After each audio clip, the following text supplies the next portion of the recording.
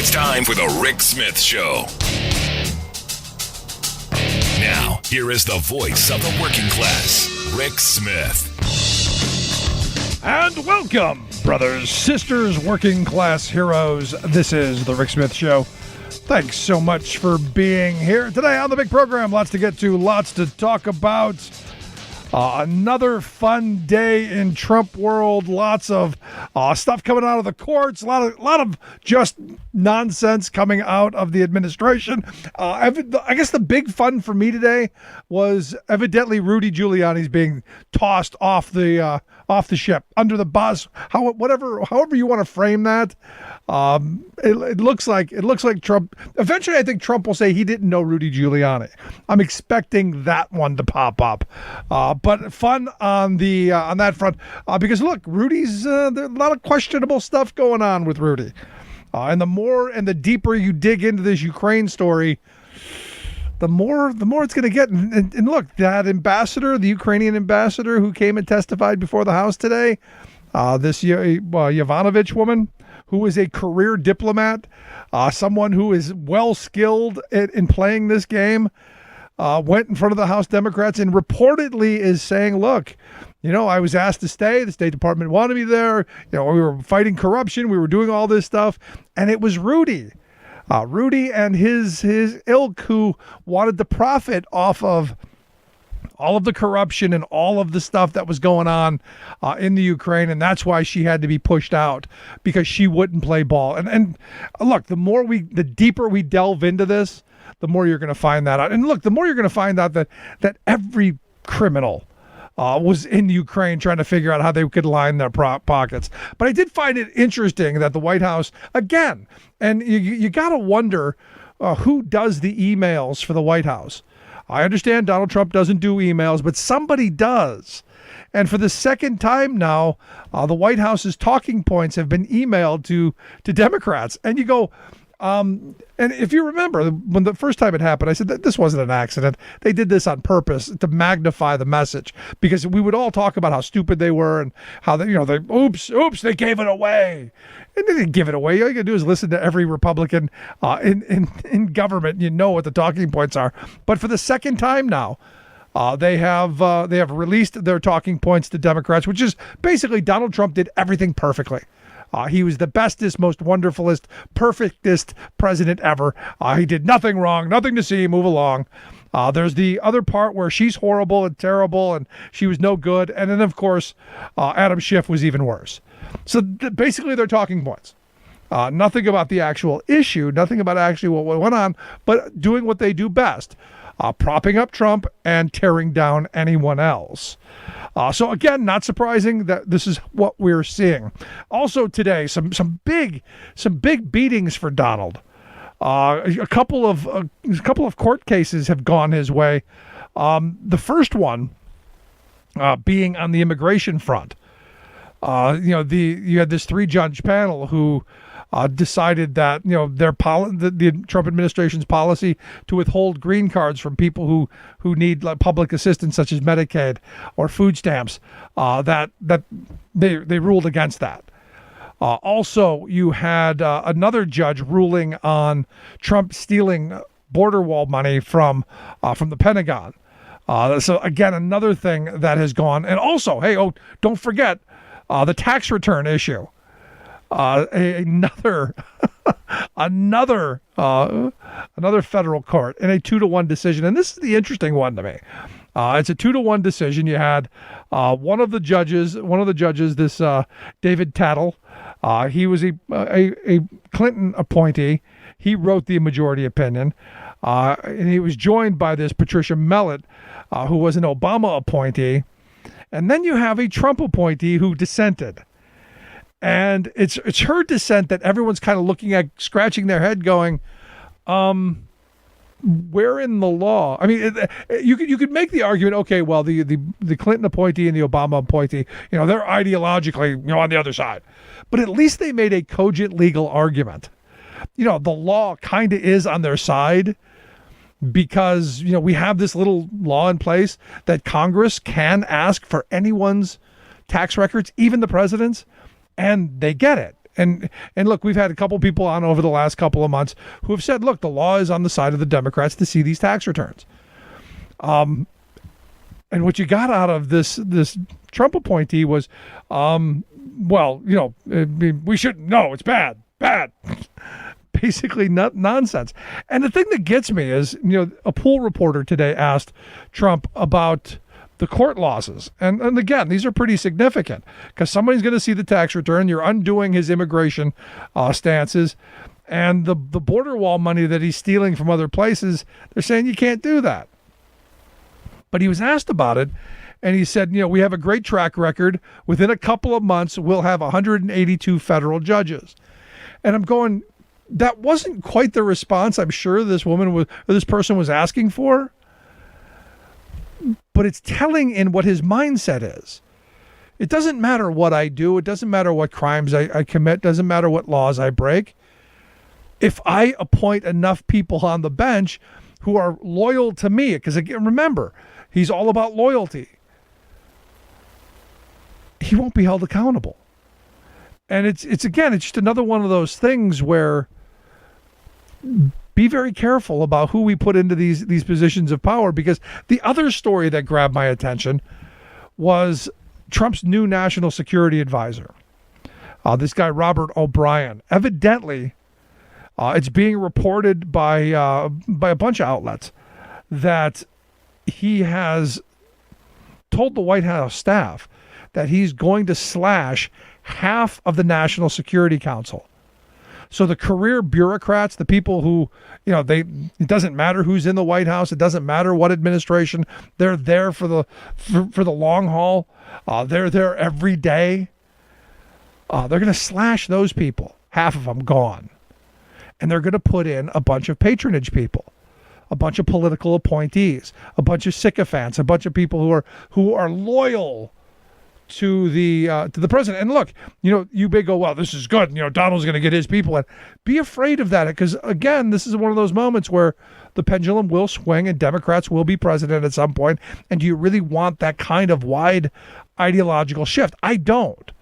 I've said for a very long time, I prefer to have, boring old career bureaucrats who don't have a vested interest in one administration or another, that their interest is our country, is keeping us safe, is keeping us, somewhere between the lines, instead of having, a bunch of political hacks. What Trump wants is a bunch of political hacks who are going to do his bidding. And that's scary stuff. I mean, we're moving into, we talk about authoritarian regimes. We talk about tin pot dictators. We talk about, Trump's affinity towards those types. This is an actual move to get us towards those types. If the whistleblower has shown us anything, that this is a career bureaucrat. This is somebody who has served multiple terms. And that I'm sure a number of the people who went to him or her and laid this out were similar. That it didn't matter who was in the White House. They've probably served numerous presidents. That it's just so wrong that they've spoke out. And now what we're finding out is the floodgates are opening up of whistleblowers who are coming forward. This is scary times for Trump, because all of the stuff that he's been getting away with, and this is the weird thing, this is stuff that we've known for a while that he's been doing. It's all, and this is the thing that, that gets me. It's all right out in our faces. And I guess you could say, well, at least he's honest about being crooked. And maybe you're right. Maybe we're okay with that. For me, that's what this impeachment inquiry is about. Getting to the bottom of what was done, who did it, and why. And I look at this thing with Giuliani and his twins from who got arrested the other day. It comes back down to a bunch of shady dealings. Something that we knew Trump was into. His entire business career has been one shady dealing after another. It's really quite amazing.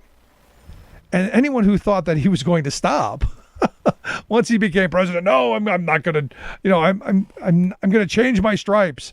I am not going to be the con man. It's crazy. Because the more we find out, the more we realize it really is about the kleptocracy. It's wow. Also today we find out that this is another one of those moments where you just go, the swinging door of the White House. Kevin McAleenan, I guess his name is. He's the acting Homeland Security Director. He took over for that Christian Nielsen, who Trump ousted. He is the 55th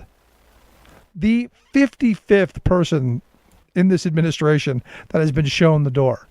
I mean, stop and think about it. You go back to Michael Flynn almost immediately. And, you go back to, when, Spicer was out and Priebus was out. That seems like an entire lifetime ago. Or Scaramucci, who was there for like 7 minutes. And you go through and you just look at the number of people that have been, who have left this administration for one reason or another. And you got to ask the question, when do some of these people start turning and saying, look, what I saw in this administration was horribly dangerous. And I think this is where the whistleblowers are coming out. I found out John Bolton's going to write a book. What do we find out about that? Because guess what? You remember how we were going to, and for all my anti-war friends who said, well, you're just siding with the war people.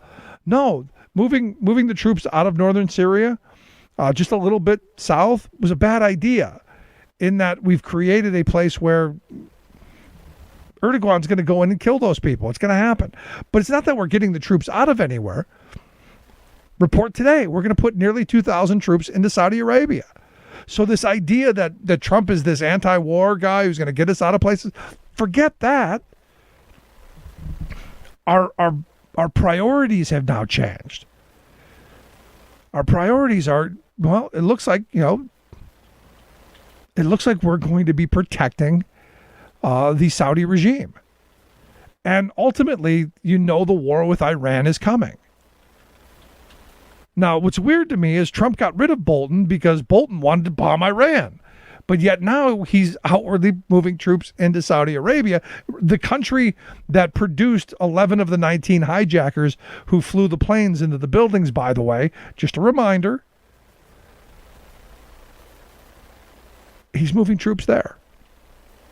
So it's not a matter of we're pulling anyone out. We're reallocating resources and actually adding more troops into the area. I don't quite think that's what the anti-war people were hoping for. But it's quite amazing to me. 55 people, that is a record. I mean, we're not even 3 years into this nightmare, and you've got 55 high-level people resigning or being fired or just bailing. And you got to wonder how many people have already written their resignation letter or their surrender letter to the FBI. And how many of them have defense funds that they're trying to fill up? Because once the floodgates open, and I said this on Inauguration Day, Ronald Reagan is going to be thrilled because this administration will have more people indicted and more people going to jail than any in history. That we can most certainly see that happening. So lots to get to today, lots to talk about.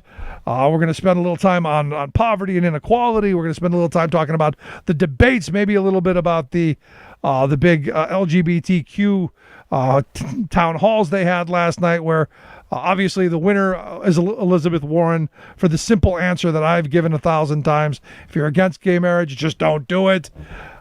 Pretty simple. Beto O'Rourke kind of the loser in this, in that, the whole tax thing. But we got lots of that to get to, lots to talk about. Quick break. When we come back, our good friend Keith Pochek's going to be here to share some thoughts on the news of the day. Stick around. You're listening to The Rick Smith Show. More American than workers standing up, and the union gives a voice to win. On The Rick Smith Show.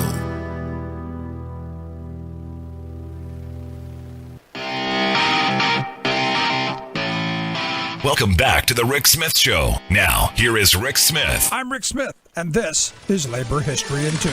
On this day in labor history, the year was 1874. That was the day that Mary Heaton Vorse was born in New York City. Mary grew up in Amherst, Massachusetts. in a family with significant financial means. She traveled across Europe with her parents, where she received her education and learned to speak multiple languages fluently. She then worked as a book reviewer for the Criterion magazine. In 1912, Mary and the man who would be her husband witnessed what would be known as the Bread and Roses textile strike in Lawrence, Massachusetts. The experience was a great turning point in her life. She later wrote, "Both Joe O'Brien and I had come a long road to get to Lawrence. Together, we experienced the realization of the human cost of our industrial life. Something transforming happened to both of us. We knew now where we belonged, on the side of the workers and not with the comfortable people among whom we were born. Some synthesis had taken place between my life and that of the workers. Some peculiar change that would never again permit me to look with indifference on the fact that riches for the few were made by misery of the many. It was in Lawrence that we realized what we must do, that we could make one contribution, that of writing the workers' story as long as we lived." For more than 50 years after Lawrence, Mary traveled the United States, reporting and participating in strikes and the labor movement. She wrote about the 1919 steel strike and the lumber workers' strike in the Pacific Northwest. She wrote about the struggles of auto workers and textile workers and child labor. In 1962, the United Auto Workers honored Mary with their Social Justice Award. Labor History in 2 brought to you by the Illinois Labor History Society and The Rick Smith Show. Welcome back to the Rick Smith Show. Now, here is Rick Smith. So like I said, we're sending nearly 2,000 troops into Saudi Arabia. And what they're saying, what the word was, and advanced military equipment, because we're going to deter any threats from Iran. But those Kurds that helped us fight the ISIS fighters, screw you. I mean, stop and think about that for a minute. We're defending the Saudis.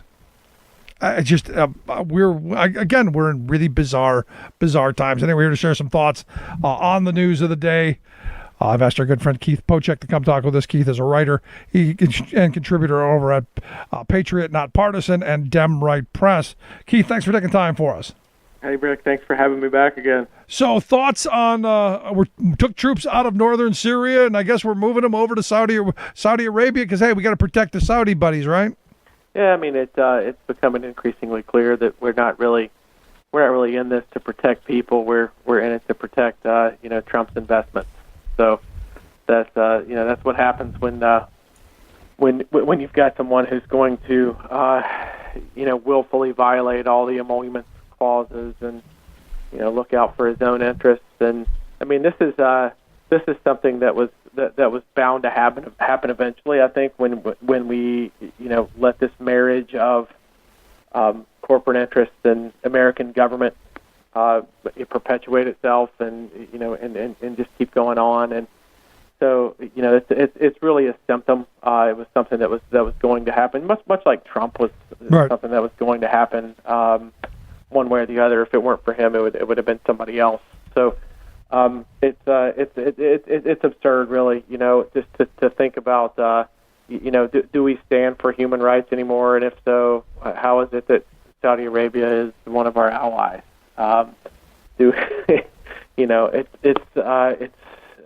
It's amazing. Obviously, they were. This was the launch pad for the first Iraq.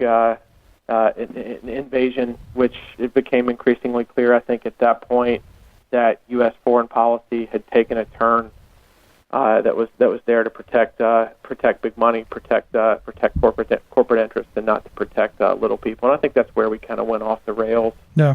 Well, there was a word for that. There was an F word for that. Yeah. It's a little longer than 4 letters, but not much longer, right? Yeah. I mean, it is. I mean, we're living in a fascist regime. I mean, I hate to say it, but it's true. No, it is. When you look back at some of the moments that we're most proud of as Americans, it was the times that we stood up for people who couldn't stand up for themselves and couldn't stand up against the human rights abuses, and powerful people who were who were just oppressing them. When you look at moments like World War II, and you look at the Civil War that Abe Lincoln knew was going to bring just an untold amount of human suffering and bloodshed, but he knew he had to fight it anyway. It wasn't to make money at that point. In fact, it devastated the economy of the country for a while. But you know what? It was still the right thing to do, because back then people mattered more than corporate interest, and mattered more than money did. And so, if we ever get this back onto the rails, can we shape a U.S. foreign policy that adheres to those ideals? I don't know. I mean, maybe that was just like a little flash in the pan in a heyday of America, and it's something that we'll never get back. But we'll see. You and me, we're going to keep fighting for that, because I think that's something that we will idealize forever, and hopefully so will our kids. Yeah, but here's the thing, we're not defending the Kurds at this point. And look, had we just left a couple people there, I don't think Turkey would have gone in, just because our presence was there. Exactly, we didn't have to have a huge military presence; you just had to have something of a presence. And Trump's rationale of they didn't help us at Normandy was just I literally, and this is rare, that in the era of Trump, that I stopped and I go, that has got to be one of the most insane things that I've heard. And look, I was actually a little bit surprised that Trump is that ignorant. I mean, and I know I shouldn't be, but I was a little bit surprised.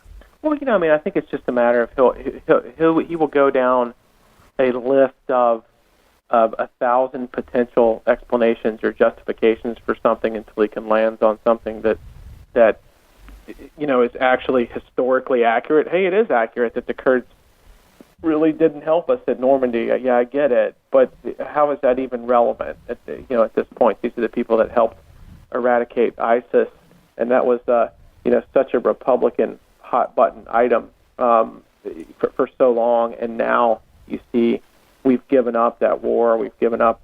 These people are getting released from prison.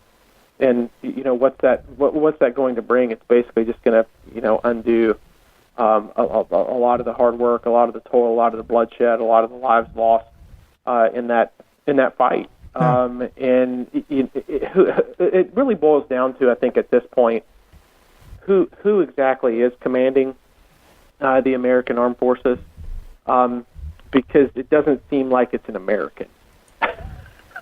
or someone with half a brain. I mean, doing it. Yeah, I mean, maybe it is Putin. Who knows? I mean, but the weird thing is even Republicans were upset about this. I look at Lindsey Graham, who on the same day, and this is how schizophrenic I think the Republican Party has become, because you had Lindsey Graham on one day, going after the president, saying this is a mistake, and all this, while simultaneously, out of the other hand, saying that Republican senators need to sign an oath and a pledge, not to impeach the president over the transcripts of the call with the Ukrainian president. I'm going, on one hand, you're kissing his behind. On the other hand, rightly so, you're taking him to task. I mean, it's just this schizophrenic kind of world that I wonder, how many other Republicans are dealing with this in the Senate? No, it's true. I mean, if you look back on it, a couple of years ago, Lindsey Graham was one of Trump's harshest critics. And what happened this week kind of recalled some of that. But there was that moment where I think some of us were just kind of miffed or nonplussed, maybe is the right word, when a couple of years ago there's this tweet about Lindsey Graham where he had gone on a golfing trip with the president and talked about just what a great guy and a great golfer that he was. All of a sudden it just came out of the blue, and I was like, you know what? You look back on that, I think that's probably the day that Trump told Lindsey what everyone had on him.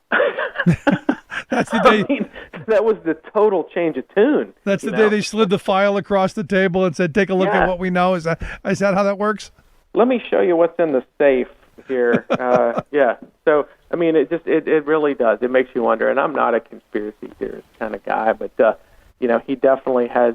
He changed his tune so abruptly on the president, and then you see a week happens like this week, and it awakens, I think, some semblance of what he truly believes in and then still yet he's got to be able to he feels like he's compelled to backpedal and make sure that he's getting Republicans to sign loyalty oaths. And so it begs the question on, is there actually a breaking point for the Republican Party? Are these fissures that are these early fissures that we are seeing, or is this something that's just not going to materialize at all, and they're going to rally behind him and link arms regardless of what happens and regardless of what news comes out? But I don't know. I mean, it's one of those where I'm not going to be optimistic or cheering about any of this news until the guy's gone. I mean, that's it. I mean, I think we've just got to just keep pressing forward on getting him out. Every day he's in office is, just further damage to the institutions of America and our alliances, and it's just it furthers it increases the margin of victory that Kremlin and Putin has secured against us. So keep pushing. The Dems are the ones who have the law and have the truth on our side, and as long as this country and enough people of us or enough of us in it believe in that and can still use our voice, then I think there's still hope.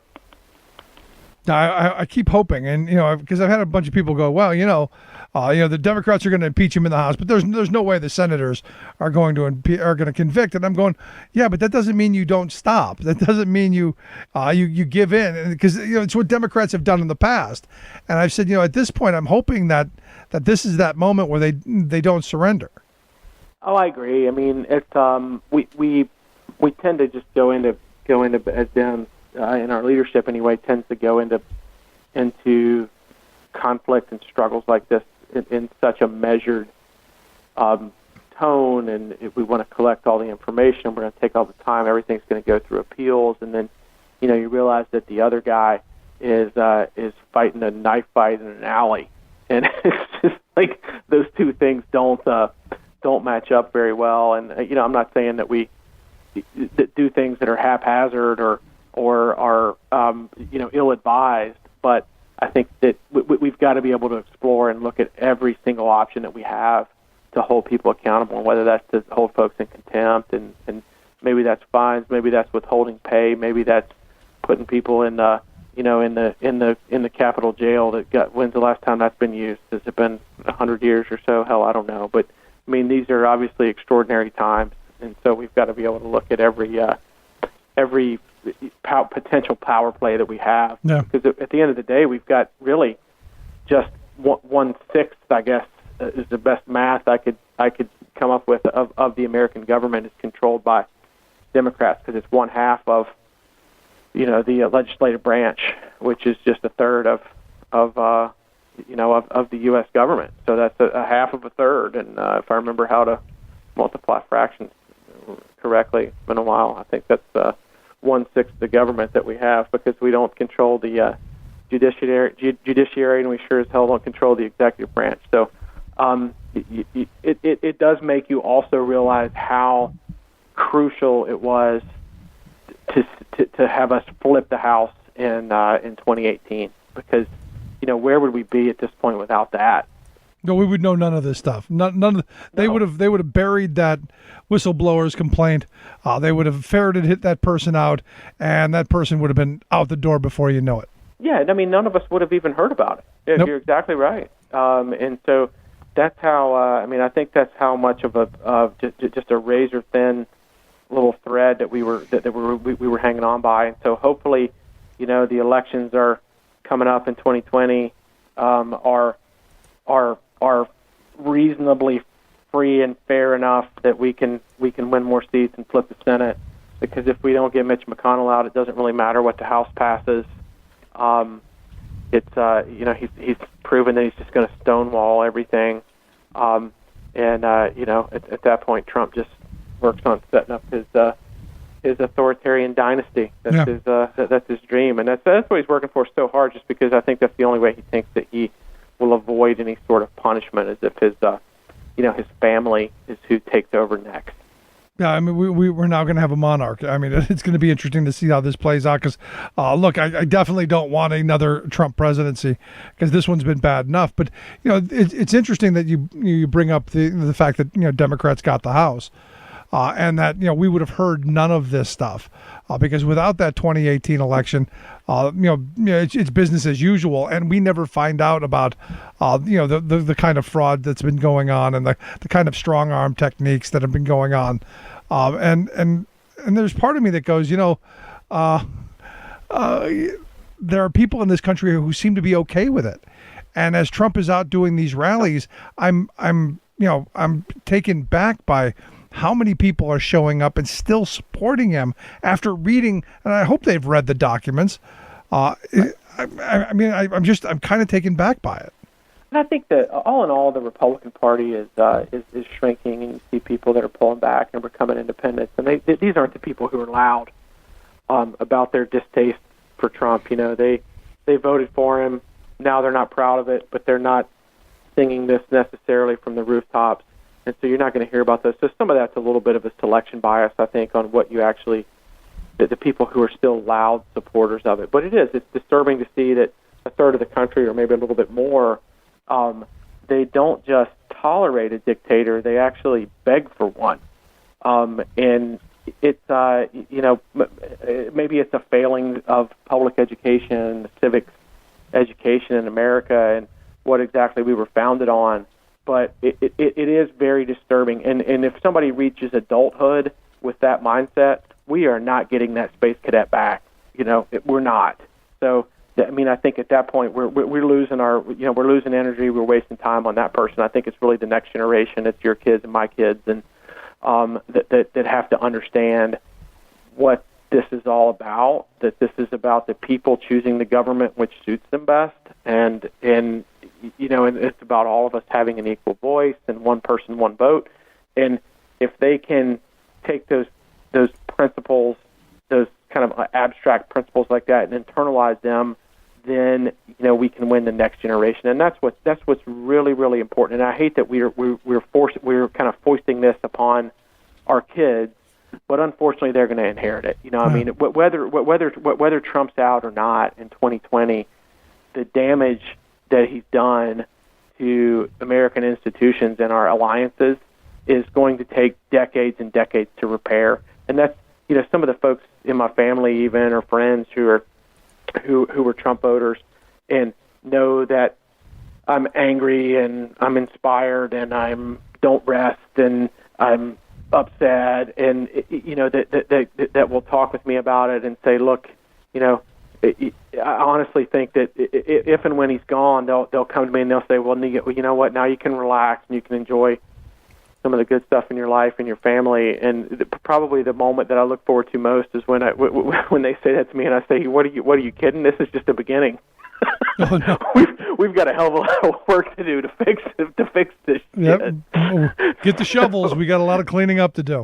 Yeah, and so when they and I think when they hear that, they'll understand what the what the commitment and the conviction and where all this comes from. And so I hope that folks like you and me and some of the folks that come on your show can just can keep on with the stamina and just keep pushing forward. And the biggest thing really is our kids have to be able to grasp this and love it, and and make it a part of them. And that's that's what's key, because it's happening to younger kids on the other side for sure. And it's going to be an ongoing thing. I mean, how can we expect that this isn't going to last another 50 years with or without Trump? It is.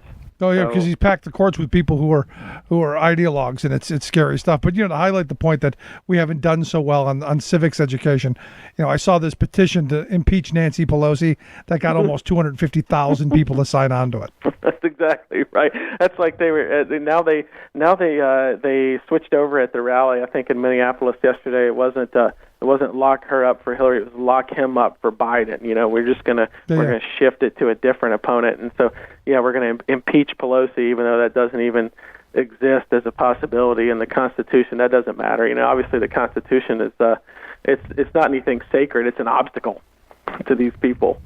So just absurd. So what do we do about that? That's not going to be solved in a day. That's something that we have to commit to fixing as Americans, as far as in the education system for our kids, and that's something that's going to take generations to do. Yeah, I mean, all of the things that have happened over and look, it was very predictable. We said this from the very start, that this administration was going to be the most kleptocratic. They were going to be there'd be probably the most people indicted. We're going to need a wing on the San Quentin, just for them. And we were going to have to clean it up for decades to come. And you just look at some of the things the Supreme Court has already done and some of the things they're about to do potentially that could cause, damage and harm for decades to come. You're right. It hurts, but then it's hopefully we can just hold the stamina, keep pressing forward, and when we get weakened and we need to take a step back, we take a step back, and hopefully we got somebody else to carry things forward. But it's going to take a commitment. It's going to take a lot of us, and it's going to take the next generation. And I hate that that's coming down upon my kids, but hey, none of us get to choose the time in which we were born, including our kids. There you go. Last thing I wanted to throw at you, I don't know if you saw this report that the new national security advisor, this Robert O'Brien, said today that he's going to slash half of the national security staff, or nearly half, and replace them with political appointees. So basically, we're going back to the good old days of patronage. To me, this is probably the most important story that got no coverage. It did. I mean, and this is a case where you flood the zone, and what's the media going to pick up and take off and run with? And I mean, but this is Trump has a history obviously of doing this with various committees. He's going to put the person who believes the least in the environment as head of the EPA with Scott Pruitt. He's going to put the person who believes the least in public education of all children, Betsy DeVos, in front of as the Secretary of Education.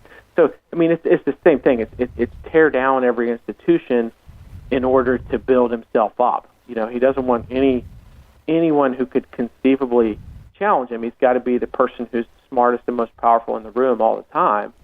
So it's just a natural. Honestly, it's a natural progression for somebody who's got these narcissistic, dictatorial tendencies to handle things, in that manner. And so, I mean, this is the guy that the founding fathers warned us about. This is him. It's a matter of, are our institutions going to hold enough, and are our leaders going to be, appropriately bold enough, strong enough, committed enough to hold him to account and to use the tools that they've got in their arsenal, as 1/6 of the government has, to expose everything. Yeah, are we hopeful on that front? I mean, given the track record the Democrats have had over the years, Dick Cheney always said, they'll surrender. It's what they do. Do we have hope? I mean, I think if you don't have that, what's the point? So, even if we're crushed and Trump, and Trump winds up getting reelected to a second term, which I think would be unbelievably dangerous when he's not concerned about re-election at that point. Although God knows he'll probably change the rules that he would stay for until he dies, to be dictator for life like Caesar. But him in that position he's far more dangerous, I think, at that point, without a concern for re-election. So we've got to have hope, and even if that's crushed, hey, a song lives forever, and hopefully democracy's song lives forever, and we pass that on to our kids, and it reawakens. So it's maybe that sounds a little too much like Star Wars, but I'm not even really a Star Wars geek. But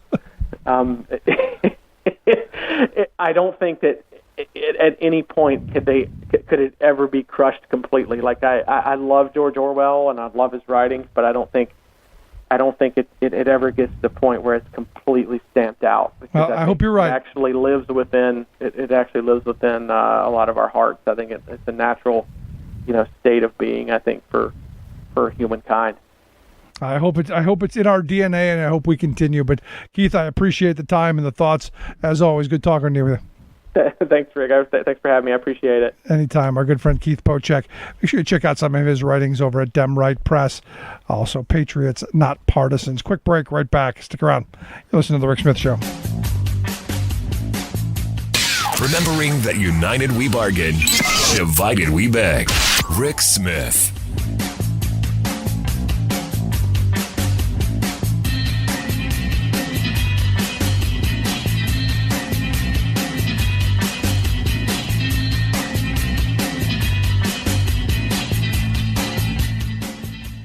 I'm Rick Smith, and this is Labor History in 2. On this day in labor history, the year was 1965. That was the day acclaimed photojournalist Dorothea Lange died. She is celebrated for her work documenting the Great Depression for the Farm Security Bureau. Lange's photos captured images of migrant workers, sharecroppers, and the rural poor. Her iconic photo, Migrant Mother, is probably her most well-known image. It depicts a despondent Dust Bowl mother surrounded by her hungry children. Lange was born in Hoboken, New Jersey in 1895. She suffered the effects of polio as a child, which left her with a permanent limp. She studied photography at Columbia University in New York and eventually settled in the Bay Area. When the Great Depression hit, she began photographing labor strikes, bread lines in soup kitchens, the homeless, and unemployed. The Resettlement Administration hired her soon after. Nowadays, we can access images from around the world at a moment's notice that broaden our understanding of current events. But until the 1930s, few Americans could access media that adequately depicted the desperate social conditions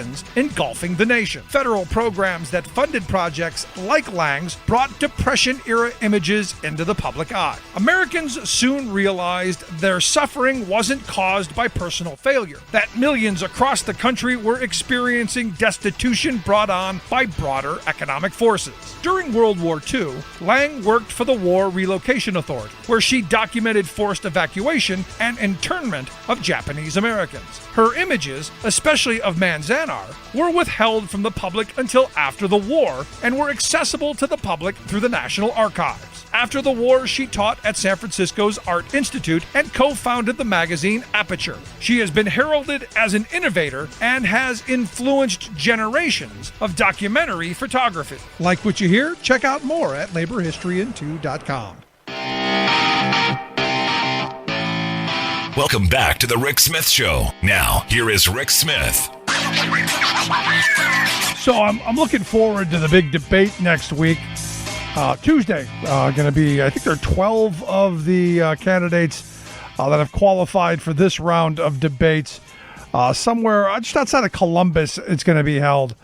And it's one of those moments where, again, there's so much going on that Trump has basically sucked all the oxygen out of the room. That last night's LGBTQ town halls, I don't think got very little coverage at all outside of Beto's comment about any church that doesn't recognize people's rights losing tax status, and obviously the Elizabeth Warren obvious argument of, look, if you're against gay marriage, don't do it. Pretty simple. It's an argument I've been making from the beginning. It's like a lot of things. If you don't like it, don't do it. But these debates, opportunity for these candidates to get some message out in the era of Trump sucking literally every bit of oxygen out of the air. And here to share some thoughts on next week's debates, I've asked our good friend Robert Weiner to come talk with us. He's a White House correspondent, also the president of Robert Weiner Associates News. He is a former spokesperson for both the Clinton and Bush White Houses. Robert, thanks for taking time for us. Hey, Rick, it's great to be with you and love doing your show with you. So what's on your mind? So the big debate's coming up. Opportunity to maybe get a little bit of airtime, because I'll tell you, these last several days, it's been wall-to-wall Trump. It's been wall-to-wall Trump, but negative Trump. And he's falling like a rock. So it's not necessarily bad. This is maybe where it comes back to haunt him. Yeah, but in Trump's mind, there's no such thing as negative Trump. If you're talking about Trump, it's a good thing in his mind. Well, I still haven't figured out, Rick, and maybe you can help me do it, whether he still wants to be impeached as the third president in history to have been impeached. That's going to happen, and that's where Pelosi is just working straight forward, totally focused, and going forward with what's going to turn out to be headlines in every newspaper in the country with the articles of impeachment on not only Ukraine of arms for dirt, but it's going to be the articles of impeachment specifically on abuse of power, on retaliation, on obstruction, and every newspaper is going to have boxes around those articles of impeachment, and that's what the American people are going to see. So that's what's about to happen, and that's happening in maybe 2 weeks, according to Congressman Jim Hines, who let that news out. They're writing the articles now, and it's all going to be our Thanksgiving holiday, I think. Yeah, that's what the say is. But what if he continues to obstruct? What if they continue to not allow people to testify? Didn't work, did it today? Well, no, it didn't. Well, she doesn't work for them anymore. And well, she is on the payroll, but not as the ambassador. And she had the armor of a subpoena. So now people who want to honor those subpoenas, as the head of Homeland, the director of national intelligence did. So we're getting the witnesses to go forward. The truth is coming out, not let alone the fact, Rick, that you have the evidence to begin with. In what I thought was one of the stupidest political decisions that the White House made in some time of releasing a partial transcript of that phone call, yep, on top of the whistleblower's complaint, and now a second whistleblower who said he was shocked and horrified by the illegality of what the first whistleblower of what happened, that he fed into support for what the first whistleblower said. So the evidence is there. It's just not as though it's hiding anymore. And then they'll, in the articles of impeachment, Rick, they'll feed into it the rest of the wrongdoing, the 10 obstruction specifics that Mueller put out that 1,000 prosecutors said they would have prosecuted Trump for, that they use the excuse that he wasn't president, that he's president, so we can't prosecute. So that's not going to hold any water anymore now either, because that can be and is in even though Mueller did a horrible job of verbally testifying, it was there in the report in the second volume. Yeah. So that's actually what's going to happen, is there's going to be a pyramid with the Ukraine case being the lead article, the other items being the secondary articles of impeachment. They may have anywhere from 3 to 6 articles. I don't think they want to confuse people. I've heard some people say, we should have more articles to show he's the worst president ever. I don't think anybody's concerned about that. You can consume everything into three articles and then have a vote. I think all that most people want is the actual impeachment. Yeah, no, but I look at this and I necessarily don't want to get the Mueller stuff involved in it if you don't have to, because this is, as you pointed out, very simple. Very simple. You can read the source documents in a couple of minutes, and you're right. I think it was the dumbest thing that they've done by putting out that transcript, because I believe they thought the transcript made them look okay. I don't think they did. I think Trump just thought he was insulated from anything. And I think he's finally realizing that he's not. And by them, I mean Trump, because nothing happens. That is correct. Unless it is Trump. And maybe it comes back to he just doesn't read, so he didn't actually read the transcript. I mean, maybe that's it, because ultimately nothing he does is ever wrong, and it's always the best, most perfect thing ever. Right, so perfect call. It's not. Have you ever had a perfect call? I mean, wasn't that a weird frame? Yeah.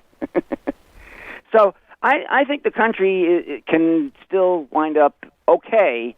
I think Biden, unfortunately, is like been dirtied some. It was stupid parenting. He needed to tell Hunter not to be involved in Ukraine, anything that makes money. Agreed. I mean, that's what needed to happen. But so Biden's been hurt somewhat, and overall, but nonetheless, I think that Trump is essentially going to be really hurt here, as finally is his just reward. And, Rick, the way I see this thing is Warren is rising, and I see the thing headed in that direction. Yeah.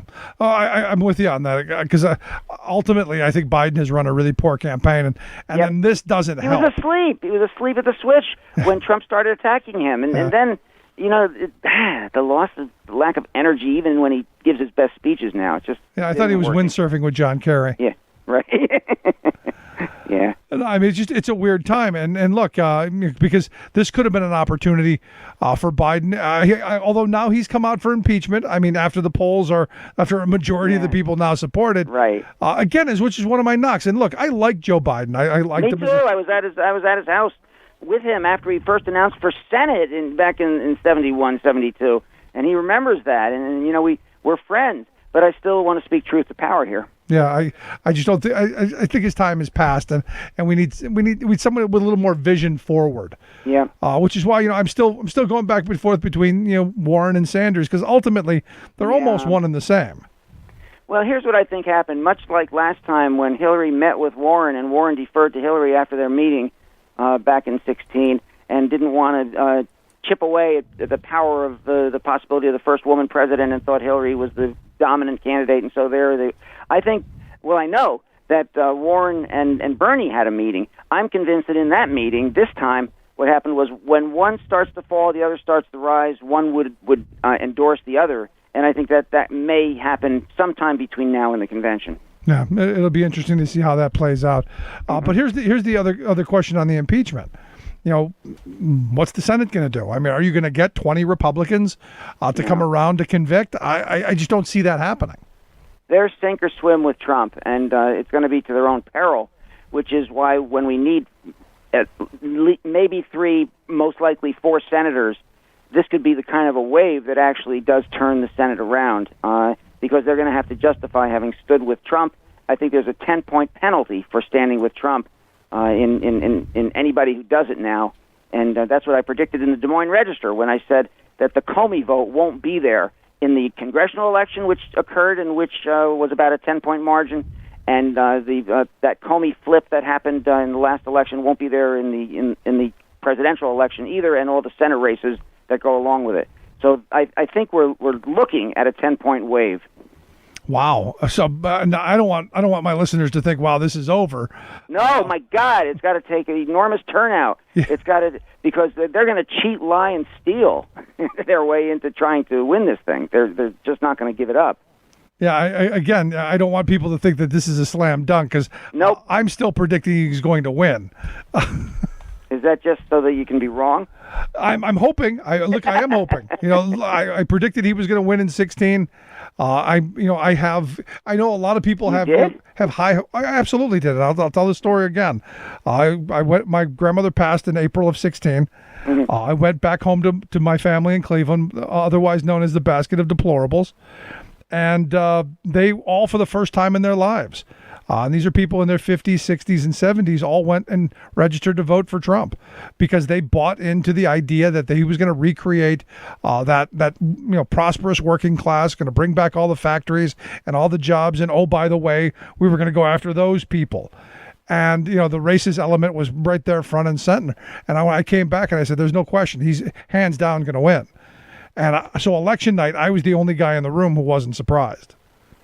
I'm impressed, although in my worst nightmare, it couldn't happen. But then at the end, when I saw the L.A. Times poll was the only one, they actually, even though Hillary did win by about 3 points, the L.A. Times predicted a Trump win by 1 point. They were the only poll that went that way. Everything else apparently didn't take in the Electoral College breakout. They only went with the national polls, yep. And we were all too stupid to realize that it was an Electoral College breakout. Right. Now, again, I look at Pennsylvania.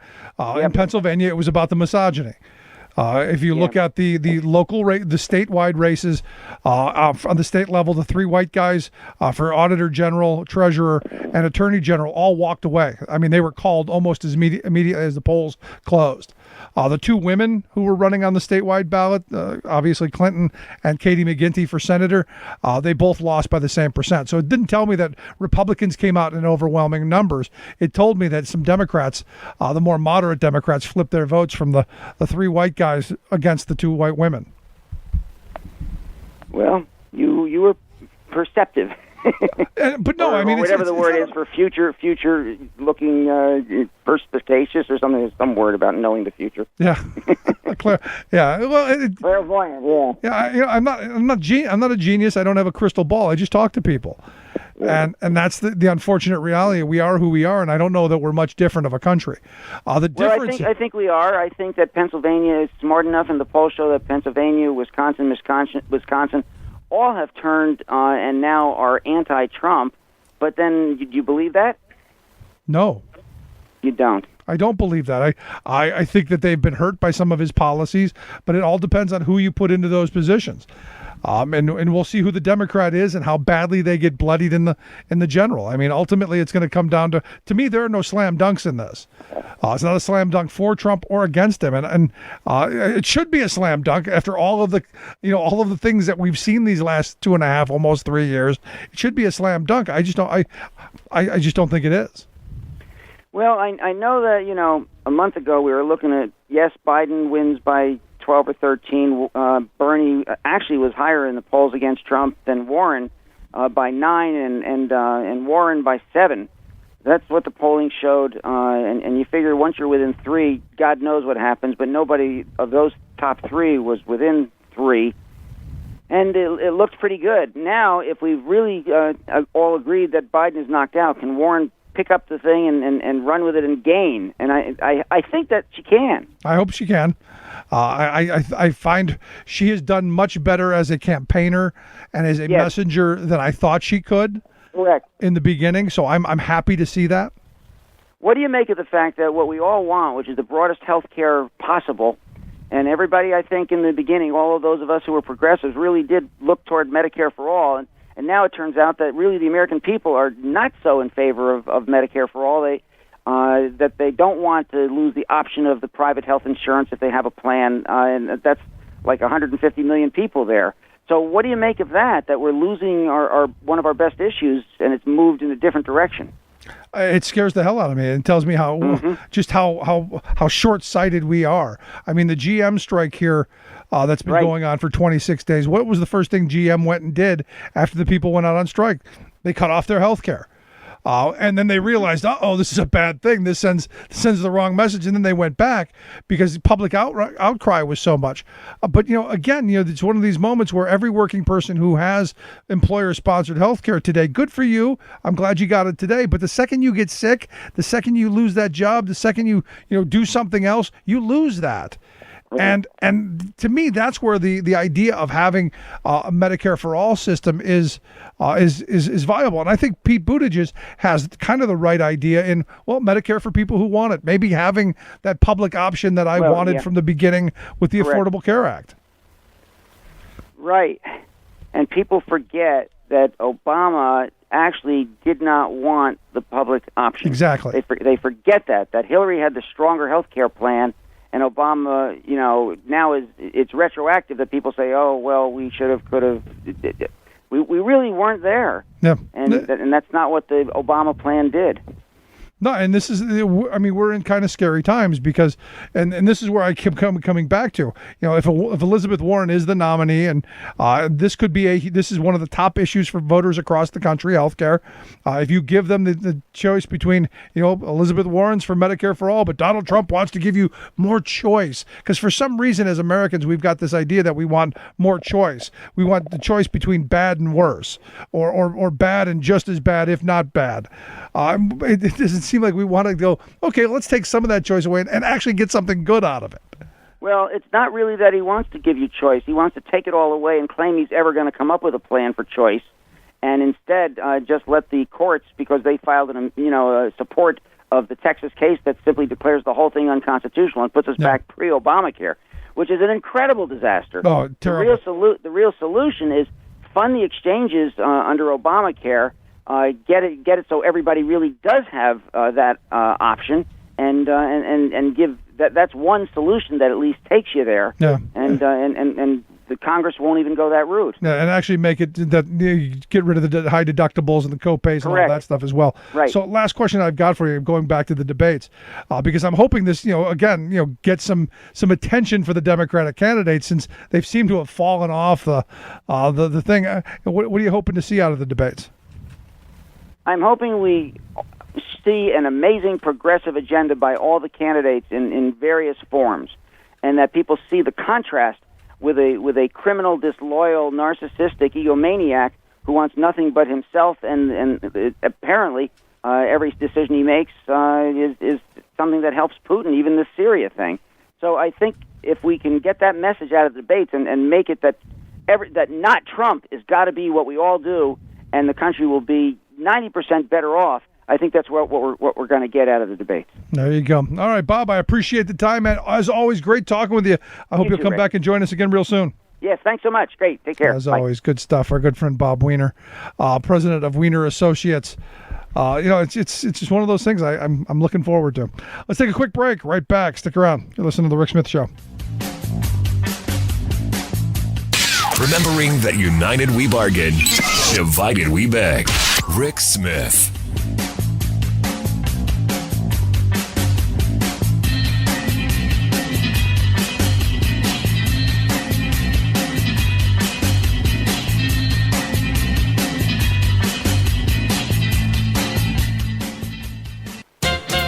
Like most politicians, corporate executives never do anything wrong.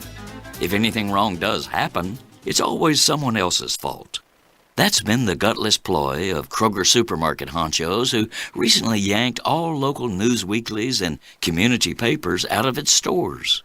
When a firestorm of local protests reached all the way to the mega chain's Ohio headquarters, executives quickly named the villain who banished the papers themselves. They failed to keep up with the digital age, said Kroger bosses, so shoppers no longer pick up the free papers. Bovine excrement. While it's true that chain-owned daily newspapers are losing readers after shriveling their coverage and jacking up their prices, more readers have turned to free local independent weeklies to fill the print news gap. In Lansing, Michigan, for example, media audits show that Kroger shoppers alone have nearly tripled the pickup rate of Lansing's alternative weekly since 2012. Kroger's nationwide edict is a case of corporate conceit at its most stupid. It was issued from headquarters with no warning and no consultation, much less negotiation, with the papers or communities. It didn't have to be so inept and ugly. And now, Kroger's executives have gone into hiding, petulantly refusing to meet or even return phone calls to the people they're hurting, apparently hoping the Fuhrer will just go away. This is Jim Hightower saying, that's truly stupid. Indeed, a group of indie papers has now launched a national campaign to call out Kroger's executives, literally rallying us supporters of independent local news to give them our 2 cents worth. Call toll-free to 1-800-KROGERS, 576-4377, then press 3 to speak to a manager and demand that they restore the free press to all of their stores. What do the corporate powers from Wall Street to Walmart have in common? They hate the Hightower Lowdown. You can see why at www.hightowerlowdown.org. Welcome back to The Rick Smith Show. Now, here is Rick Smith. So Janice sent me an email that evidently Amazon has taken some fairly progressive positions. They have now launched an Our Positions page where they say human-induced climate change is real. Energy should have better technology. The energy industry needs better technology. Diversity and inclusion is good for business and simply right. They say that the rights of the LGBTQ plus community should be protected. We need strong rights for immigrants and immigration reform, even calling for a higher minimum wage, claiming that they already pay $15 an hour. Oddly enough, the one thing that they don't talk about is the rights of workers to join and form unions and to have the right to do that stuff. And not surprising, but hey, I guess this is a start. Corporate America deciding that what they've done over the last 30 years, probably not the greatest thing. Anyway, here to talk about our inequality problems, our poverty problems, and how we move forward. I've asked Joe Sandberg to come talk with us. Joe is the founder of Aspiration.com. He's the chairman and the champion of the California EITC program. Joe, thanks for taking time for us. Thanks for having me. So what do you think? Walmart, you got Amazon coming out and saying, look, all this stuff that climate change stuff, that minimum wage stuff we should be getting behind. Look, companies and politicians have the following in common. They're amoral. They're not inherently good. They're not inherently bad. They move based on the pressure from consumers, activists, and voters imposed upon them.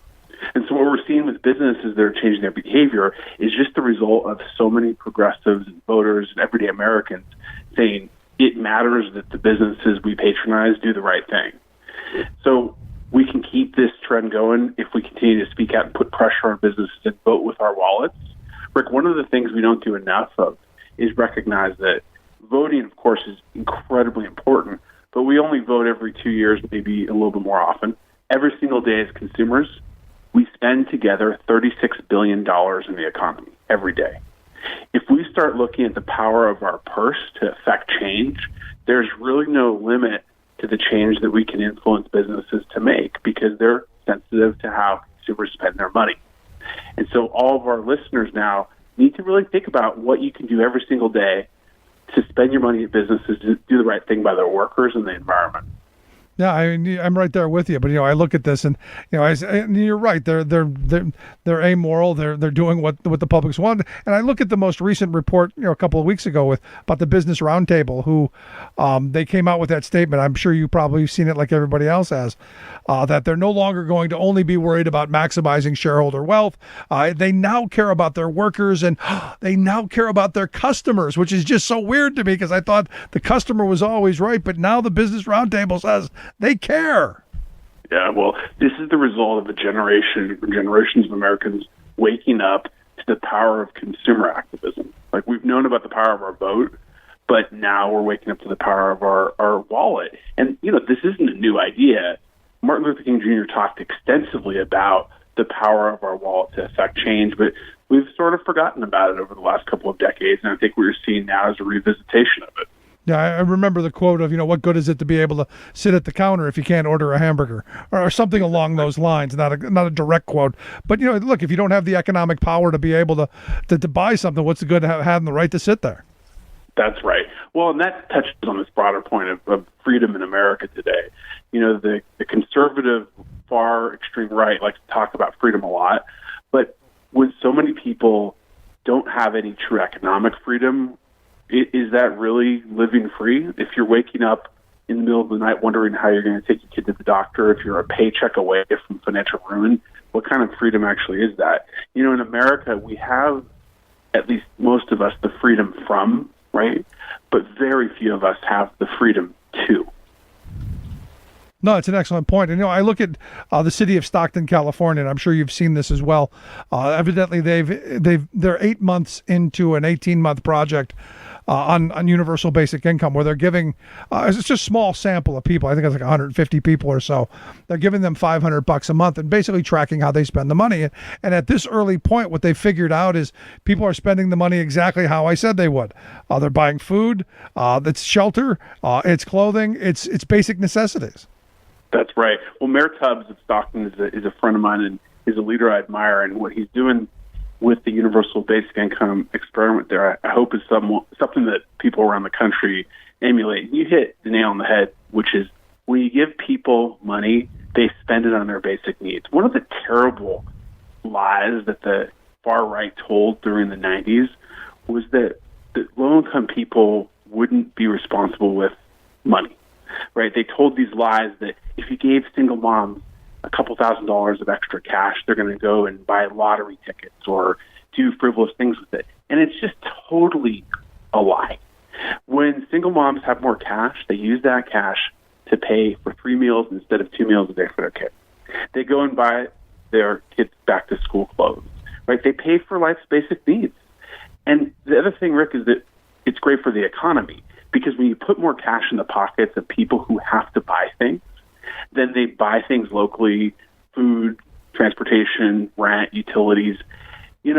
People ask, well, why is the economy so sluggish? And I think it's real simple. The people who need to buy things don't have any money. Yep. And the people who have money don't need to buy things. And so if your economy is based on consumption, which ours is, if your consumers have no money, of course growth is going to be sluggish. You don't need a PhD in economics to figure that out. No, so I would assume, based on some of your responses, that you're in favor of, like Andrew Yang's $1,000 a month freedom dividend. I am in favor of what I would call all of the above. I don't think there's any single answer, and we need to be mindful of that. I know that doesn't fit well in a tweet, but it can't be universal basic income instead, right? We need single-payer health insurance.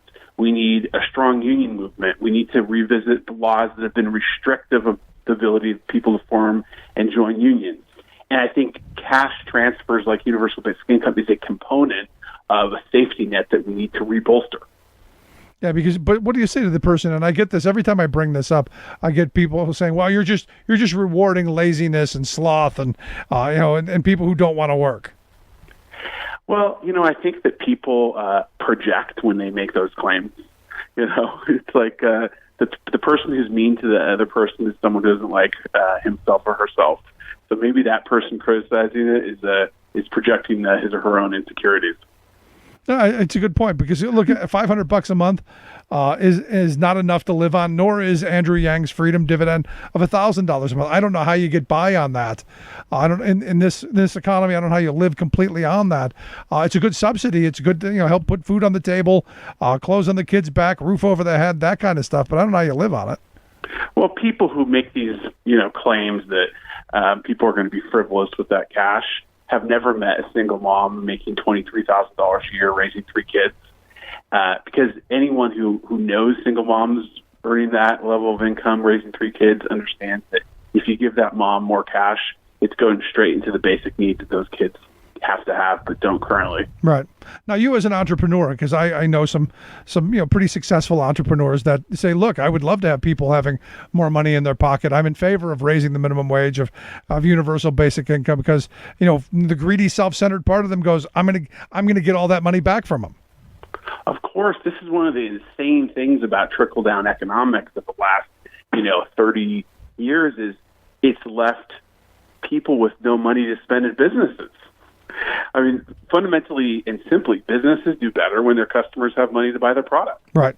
And if most money is in the hands of a teeny number of people, then most businesses who sell products and services to the broad population are going to struggle finding customers who have money to buy their goods.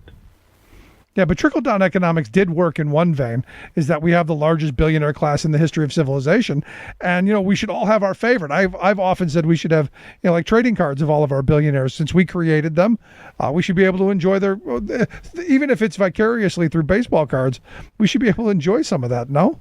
Well, you hit the nail on the head. That's right that we created them, because these giant monopolies have expanded their profit in part because they're able to pay their workers like all of us as taxpayers, fund social programs that allow those. Think about the monopolies and the number of their workers who are on food stamps and Medicaid, right? Because they're on Medicaid and food stamps, we subsidize these monopolies' ability to pay the workers a low wage. And I'm sure you've seen the report out this week that now our heavy 400, those folks who are at the on the Forbes 400 list now pay a lower effective tax rate than everybody else. Even the person who hands you the little bag out the window at the drive-thru pays a higher effective tax rate than our billionaire class does. Well, let me pose this question, which I think can appeal to people across the political spectrum. Don't you think that a company should have to pay a surcharge tax based on the number of their workers that require Medicaid and food stamps and things of that nature? Yeah, I do. In fact, what didn't Maryland try and do that? And now the guy who's the head of our labor department fought against it. Oh, yeah, that's terrible. I mean, it's insane because it's unfair. When companies are paying their workers such low wages that they need Medicaid and food stamps, what that means is all of us as taxpayers subsidize that company's profit and, in particular, the wealth created by the business owner. This isn't about being anti-business. We should celebrate building great businesses that sell goods and services people value. Sure. And if you sell goods and services that people value, I celebrate you're making money. But you shouldn't make your money on the backs of all of us taxpayers. I agree. And look, I look at the General Motors strike going on right now as that perfect example. I mean, this is a company that over the last 3 years has made $35 billion in profit, and yet they don't want to seem to share any of it because they're, it's in defense of the market. Next year might be bad. So we've got to tighten the belt, and we've got to worry about Wall Street because Wall Street might not give us money. I mean, it's kind of an interesting situation. I wish some of these executives and monopolists would just think about what their mother would say. Seriously. I mean, what would their mother say? When is enough enough? Right? how much money do you actually need? Well, if you steal a quote from the guy who was the CEO of Caterpillar, it's never enough. Every time he touches a quarter, the eagle's going to scream. Yeah. That's part of the problem with our culture, is that we've lost any mooring in what is the point of it all, right? The point of it all isn't to just accumulate as much as we can. I mean, I believe, as an article of my faith, that the point of it all is to help others, right? That's the point of life, and where we find meaning is to help people in need. Yeah, but doesn't this come back to, look, I mean, you're probably one of the more benevolent of entrepreneurs, one of the more thoughtful, one of the more caring, if you will. But ultimately, don't we need policy to ensure that everyone is on the same plane? I mean, you go back to the 50s and the 60s, we had high tax rates, and those high tax rates came with lots of loopholes, so people could invest in spending money on hospitals and libraries and schools and all kinds of stuff. Instead of just hoarding or finding tax shelters in the Caymans or Bermuda. I mean, our policies demanded that you were more thinking of society as a whole. Well, you're absolutely right that we need policy change. Doing things in the private sector is just not enough. I would add, though, I appreciate the compliment, but I know a lot of entrepreneurs who care. The reality is most entrepreneurs are not the monopolists and the oligarchs you read about in the Wall Street Journal. Most entrepreneurs in America have 5, 7, 8, 9 employees. They are trying their best to do right by their workers and their customers, and they're the victims of a rigged economy as much as the low-wage workers. I mean, One of our opportunities to build unity is helping people understand that the only beneficiaries of a monopoly economy are the monopolies. On the other side, everyone from the lowest wage worker to medium-sized business owners that might have a couple hundred employees, they're all bound together in common interest by being victims of this monopoly economy that only helps a teeny number of humongous corporations and their owners. So how do you undo that? I mean, because you're absolutely right, and I've said the same thing a number of times over the years, that your small local business person is not the head of ExxonMobil or GM or these big multinationals, and that there's a difference. How do we change that without being anti-business? Because I want corporations to make money, I want shareholders to make money, but I also want the employees to share in that in the benefits and the fruits of their labor. Well, I think there's two things we can do through the tax code. First of all, it ought to be that the more profits you make as a company, the larger percentage of your profits you pay in taxes. For the individual tax code, we know that not only do you pay more, you're supposed to pay more in taxes the more you earn, but you pay a higher percentage the more you earn. But that's not how it works for businesses, and it ought to be how it works. Right. But you look at the last changes that the Trump administration made with this last tax fiasco.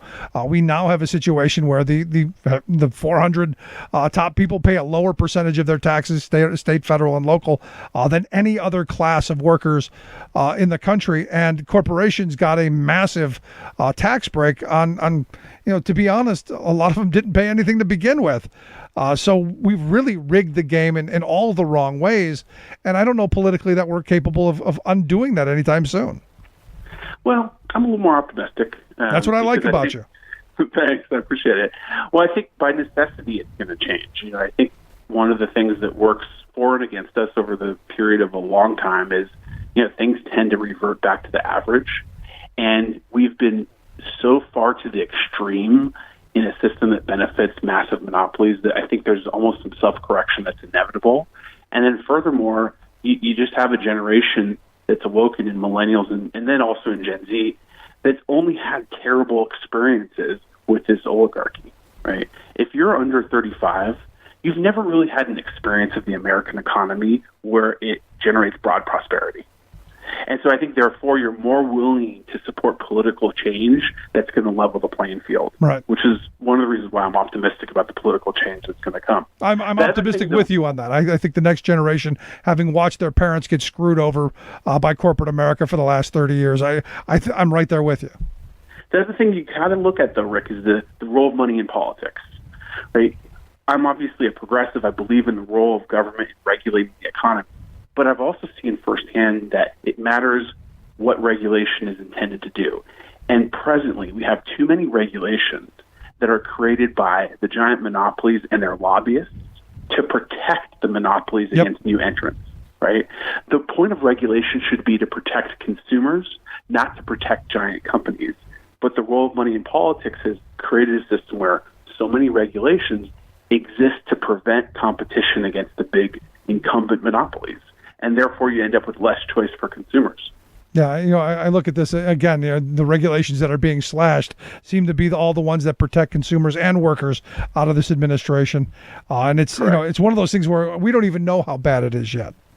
That's unfortunately true. So again, you could frame this in the frame that I've been saying for a while. This is probably the most important election of my lifetime. I think that's correct. But I'm actually really optimistic about this election. It's understandable, given the trauma of 2016, that we're going to be hyper-vigilant. But I think the most likely result is the Democratic nominee, actually whoever that nominee is going to win by a substantial margin. No, I hope that's right, and I hope, more importantly, I hope they take back the Senate, because to me that's where everything seems to be gummed up right now. So have you chosen a candidate yet? Are you on any team yet? Or are you still waiting things out?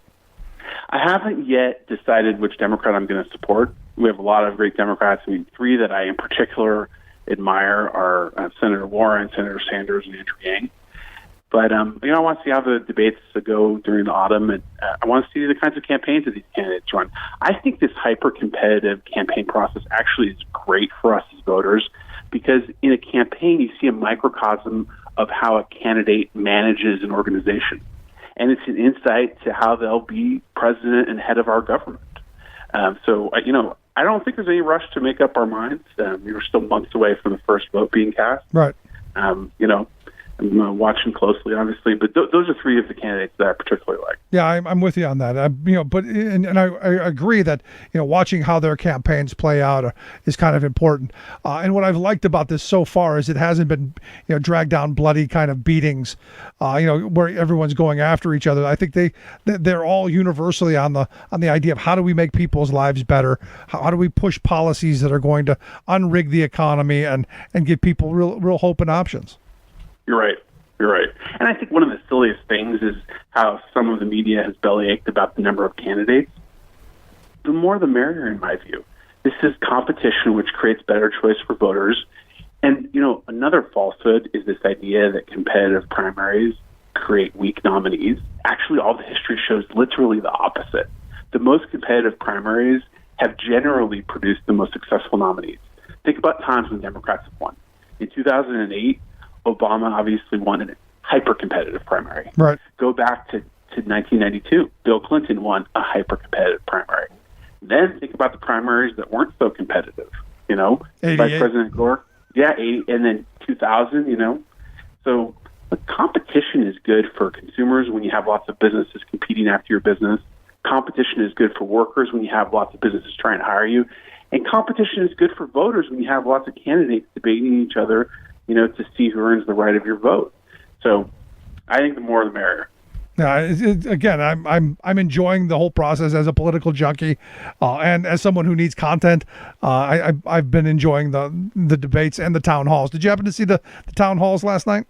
Oh yeah. I thought Senator Warren was just so good. I thought her authenticity really came through. Not to mention her sense of humor. I really enjoyed her in particular. Yeah, I guess the big loser though was Cuomo with the Me Too, or Mine Too moment, where Senator Harris came out and said, I identify as her, she, and he said Me Too, and kind of a loser moment.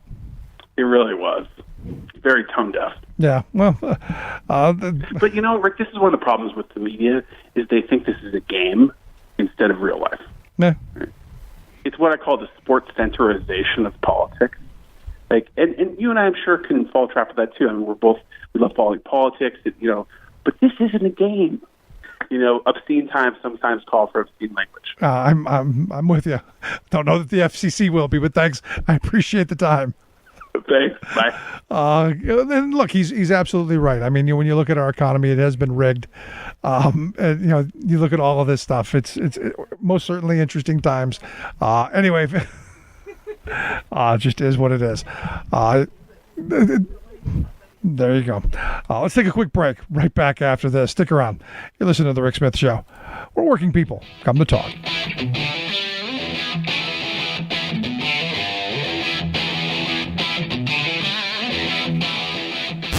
Saving work in America, one show at a time.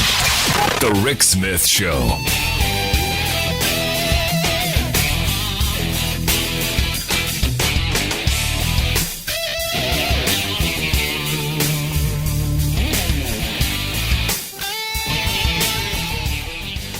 I'm Rick Smith, and this is Labor History in 2. On this day in labor history, the year was 1965.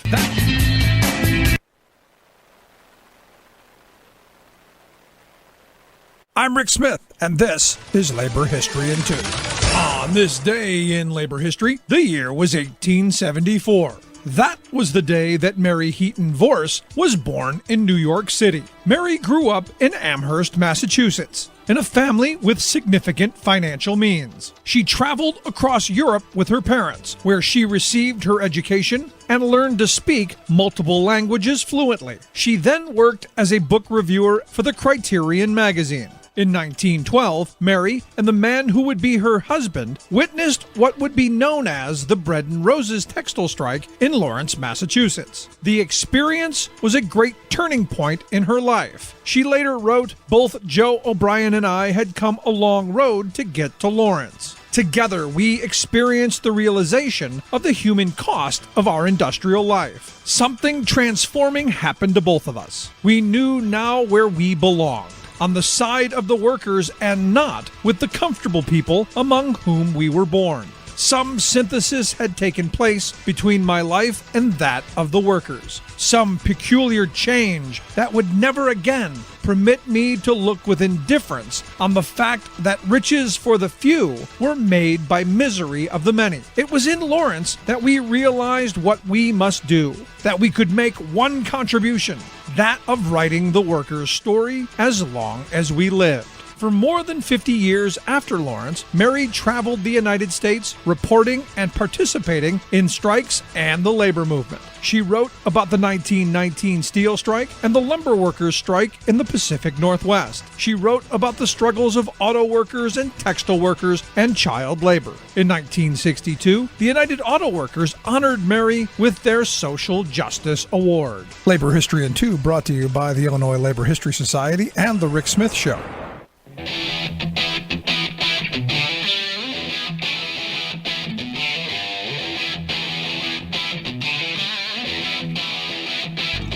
Welcome back to the Rick Smith Show. Now, here is Rick Smith. So as I said earlier, one of the things that's really concerning to me, and you look at the day, the day Trump lost, some pretty significant court cases over the tax returns, over the immigration, over the use of the money for the wall, some pretty substantial losses. And again, this is one of those moments where, I don't think he even cares because he knows he's gaming the system.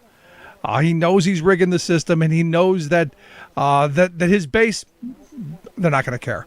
Which is why I think moving forward on this impeachment inquiry is so very important. Anyway, here to share some thoughts on the news of the day, I've asked Jeff Hauser to come talk with us. Jeff is the executive director of the Revolving Door Project at the Center for Economic and Policy Research. Jeff, thanks for taking time for us. Always, my pleasure. So I look at this, this kind of throwaway question that a pool reporter asked about, the losses that he suffered in the courts today, and he's basically like, hey, look, I've appointed 182 judges. I think if he thinks he can appoint some more, he might walk away from all of this. Yeah, one of the most disturbing elements of the news today, and there are so many, even just in the United States, let alone looking around the world, was the report of the dissent in Trump's defeat at the D.C. Circuit. The D.C. Circuit is often considered the second most important court in the land. It's one of the 12 courts of appeals right below the Supreme Court, but it's the one in Washington, D.C., and so each department of the federal government is located in D.C., and so lots of the key cases come through D.C. And Trump indeed lost 2-1, but the one dissent was from Trump appointee, Judge Rao, and Judge Rao wrote one of the most risible, just make it up, Democrats don't have the impeachment authority, this would be totally different if Barack Obama were president, opinions of all time. It makes no sense, but it was a signal that Judge Rao thinks, she can become Justice Rao and be appointed to the Supreme Court if there's another vacancy for Trump. And Trump has done a very smart thing along with Mitch McConnell, which is appoint the 182 judges that he referenced. And the 182 judges that Trump has appointed are worse than even the George H.W. Bush or George W. Bush judges of the relatively recent past. These are partisan hacks who are loyal to Donald Trump, and that's been Mitch McConnell's top priority for the last 3 years. It's Donald Trump's get-out-of-jail-free card, and so they have played it together extremely well, and it's very worrisome how many judges across the country right now are Trump hacks, and it also should be a lesson to the Democratic Party to take the issue of appointing judges very seriously. Barack Obama became president in 2009 amidst 2 wars and a massive near depression, so it's understandable that his eye may not have been on every different important issue, but he definitely was slow to move on judicial nominations in 2009 and 2010. And I'd like to think the next time there's a Democratic president, they will be a little bit more on the ball. Well, ultimately, when you look at what Trump's gotten away with these 182 judges, this goes back to Mitch McConnell. And you got to give, on a certain level, you got to give McConnell some, I'm not going to say credit, but, some level of tip your hat at him, because he had the vision and foresight to block just about every appointment that Obama made, or, in the case of the case of Merrick Garland, to just completely obstruct and say, we're just not doing our job at all. So to me, this is McConnell's doing as much as it is Trump's. Absolutely. They're the 2 smartest Republicans in my adult life have been Dick Cheney and Mitch McConnell. And I think these are 2 people that Democrats and progressives should learn from, even if they should not be emulated in their lack of values. Not every slimy thing they do should be duplicated by Democrats. But Dick Cheney understood that personnel is policy and was in charge of installing people all throughout the Bush administration that were loyal to Cheney and extremely right-wing, and he understood the power of the executive branch. And Mitch McConnell, he made his bones within the Republican Party by being the leading opponent of campaign finance reform. And some of the leading campaign finance cases where laws that were designed to reduce corruption, McConnell is the lead plaintiff trying to eliminate those laws and claim that they somehow violated freedom of speech. McConnell has understood that raising money and fighting in the courts to make the corporations happy, that's his specialty within the Republican Party. He understands the power of the judiciary. When Obama got more focused on judges, he found himself constantly steamrolled by Mitch McConnell. Mitch McConnell made it his priority. He understood its importance. And I think progressives should learn. They should learn from Cheney that the executive branch matters a lot, and they should learn from McConnell that judges matter a lot. No, you go back to 2015 and 2016 during the election. I was, people were saying, well, I don't like Hillary Clinton, and, I can't vote for her. I'm going, well, the reason you vote for her is, one, the Supreme Court, but really the entire judicial system. It's the person who appoints those judges. Do you want people who are going to arbitrate the law fairly? Do you want people who have, some actual credential? Or do you want someone who's a partisan political hack? And you look at some of the names that Trump has put out over this last 2 years, and it's incredible. There was the one guy somewhere down in Alabama, if I remember, who had never actually tried a case. He was basically a blogger who was, a Trump sycophant and never really tried a case, probably had not even seen the inside of a courtroom, but we're going to give him a lifetime appointment to the federal bench? Really? Yeah, I think he had in his defense watched several seasons of Law & Order on television, so he thought that might satisfy the experience required to be a federal judge. But I think the key thing in terms of why people should care about the courts that is often overlooked is how important courts are on economic issues, on basic issues of fairness, be the issue employer versus employee, be the issue consumer versus big corporation, be whatever victim of chemical spill or what have you. Basically, if you're not in the top 0.1% of the economy, you're going to want a progressive judge who's going to be fair to the little guy, because that is not what Trump judges are. The judge in the D.C. Circuit who dissented on Trump's behalf on the tax return case, her job before becoming a judge was she was running this office called OIRA, which is this awful acronym in Washington, D.C., but it's basically this office within the Office of Management and Budget that looks at all regulations and essentially tries to figure out whether or not the regulations are too mean to employers. So her job was to make sure that even in the Trump administration, employers and rich corporations got the best possible deal. That's the type of person that Trump appoints to the courts. And the economic stakes of what type of person is on the federal judiciary are enormous. Our country has become much less equal because the Federal Society and corporate-dominated judiciary has whittled away at the rights of ordinary people. No, I mean, you just look at the Supreme Court case, the Janus decision, that with just the stroke of a pen for the public sector workers created an entire right to work country. It's not even that states have the rights anymore to do this. It's now a broad brush. And you go back through a lot of the other stuff, the regulatory attacks that have gone on, the forced arbitration stuff that has happened for workers and consumers. I mean, it's just spot on what you're saying. Yeah, I mean, and that's part of why one of the big fights within the Democratic Party has to be about what type of person will we put on the bench. In the 1960s, you had Arthur Goldberg was a former general counsel of the steelworkers, and he became a justice on the Supreme Court. It would be great to see labor lawyers be the pool, part of the pool that provides potential judges when a Democrat is president, because the other side loves to appoint people who used to represent employers. Yeah. It would be great to have someone whose perspective is formed from having worked with unions and worked with workers and fought against corporate power. To see people like that join the judiciary and provide some diversity of experience, so not everyone is a big white collar law firm corporate lawyer turned judge. Yeah, I mean, it's amazing at how we're not only just polarizing a system, but we're going back to the old days of patronage. And I look at this story today from this National Security Advisor, Robert O'Brien, saying that they're going to cut the career staff nearly in half, and they're going to replace those jobs with patronage jobs. And I'm going, this is bad. Yeah, it's terrible.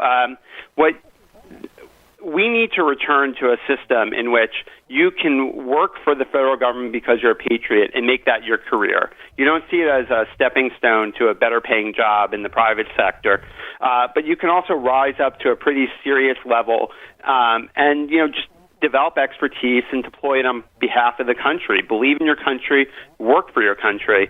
And I think the reason why you would not want that if you're Donald Trump is very clear in the events of the last few weeks. The whistleblower who allowed us to know about Ukraine Gate, or however we want to call it, but that person took upon themselves enormous risk in coming forward. And it's very clear that the entire right-wing apparatus is just waiting for the opportunity to try to destroy this person's life, and this person's entire family's life is going to be destabilized if and when their identity is made public. Similarly, a very brave woman who had been ambassador to Ukraine, a career diplomat. I mean, being ambassador to Ukraine is a big job because that's a country that's under assault from Russia. That's the type of you need a real expert. You don't put a donor in charge as ambassador to Ukraine. You need a real skilled diplomat, and she's a lifelong diplomat. She got brought back because Rudy Giuliani was like, she's not playing ball. We're trying to, work this corrupt set of deals in Ukraine, and she won't play ball, and so she got fired. Pompeo said, don't testify to Congress, and the former ambassador was like, no, I've been subpoenaed by Congress and I'm going to testify. And apparently she spent a day in a closed session of the House, but she was apparently enormously inspirational and what she had to say was incredibly worrisome about the Trump administration's conduct. Yeah. And that's the type of patriot that we need more of in this country, and we need to empower them. And what we don't need is a bunch of political hacks running the National Security Council. No, you're absolutely right, and that again is the reason for this announcement for me today. Is you see her testifying, the whistleblower, and not just the whistleblower, but the people who were talking to the whistleblower. I'm assuming were career folks in different agencies who were on that call, because according to the complaint, there was more than one person that talked to him. I mean, there were several people on that. I think he said more than a half a dozen. So that tells me there are other people in there who aren't happy with what this administration is doing. Yeah, there are a lot of people. I mean, there's not a deep state in the term deep state historically refers to a structure within the Turkish society of the military sort of dominating society and being connected. And that doesn't exist in D.C. I mean, there are things in D.C. that are not great, but people who are career at CIA are different than the people who are career at the State Department, who are career different than career Army, which is different than career Navy, et cetera, et cetera. These are all distinct universes. But what does unite people who are career members of the the federal government is that they are patriots. And if you're Donald Trump and you think that the state is you and you are the state, you want people in the government who serve you, because you think that is the job of someone working for the government, is to work for Donald Trump. And most of the people who work in the U.S. government, they may or may not have exactly our ideology on any given topic, and obviously people disagree on a lot of issues, but they are committed patriots, and that is something that is antithetical to Trump's vision for the country. Yeah, for him, it's got to be committed to him, which is why I think you have seen so many people come and go in this administration. And even, look, his personal lawyer today he threw under the bus. So I got to wonder what the view from under the bus looks like for Rudy Giuliani. Yeah, this is amazing. I mean, Rudy Giuliani, who's already fighting yet another divorce, which is number 3 or number 4, depending on how you deal with his annulment. He's got that fight going on, and now he's an international figure of ridicule, being laughed at by his former client and buddy, Donald Trump.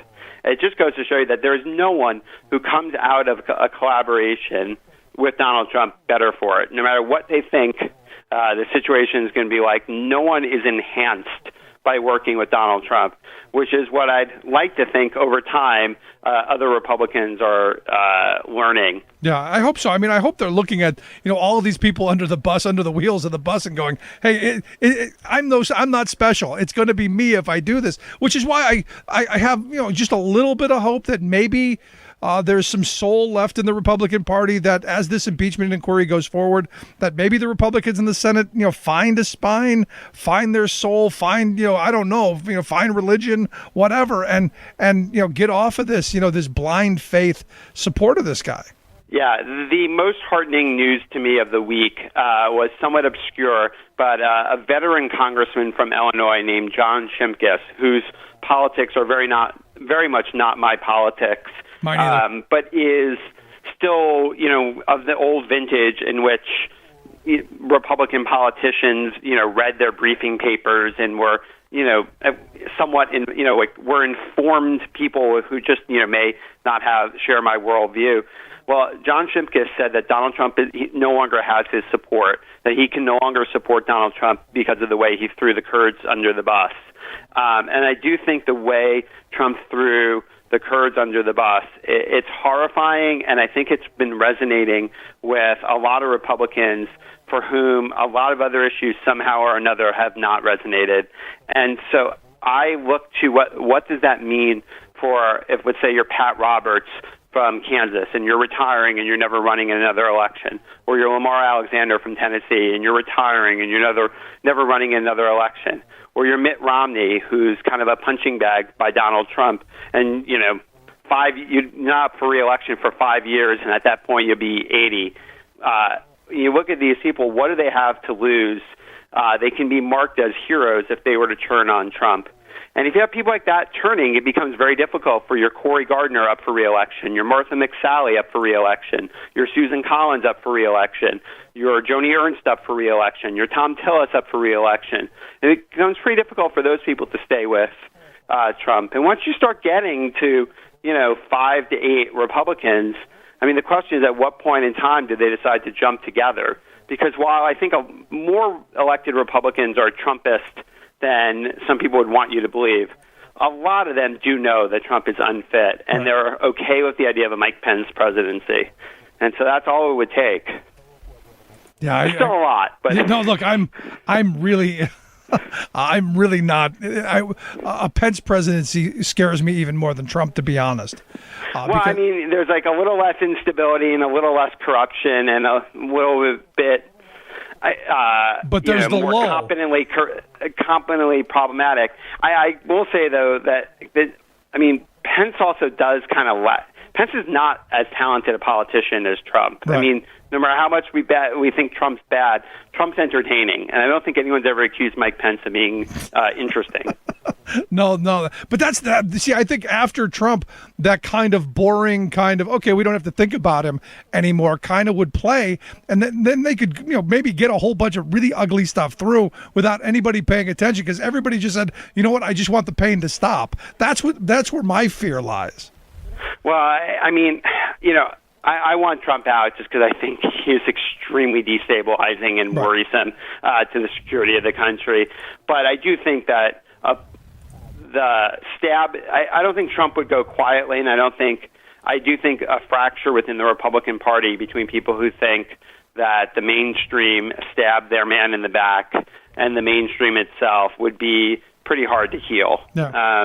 And whether they can always heal it eventually, because if a Democrat's doing progressive stuff, they can unite against a Democratic president. But I think in the short run, a President Pence would have to deal with a pretty fractured party. Yeah, but I don't think, no matter who becomes president in 2021, I think you're going to have a fractured country, and I don't know how you pull this back. I mean, this impeachment, everyone keeps saying, it's tearing us apart, but I don't know how much further apart we can get when you look at things. And I have people all the time saying, well, we shouldn't impeach. I go, to me, this is the issue. I wasn't so much on the impeachment bandwagon over the Mueller report, but to me, this is simple enough to understand. You have a sitting U.S. president asking a foreign leader to target an American citizen.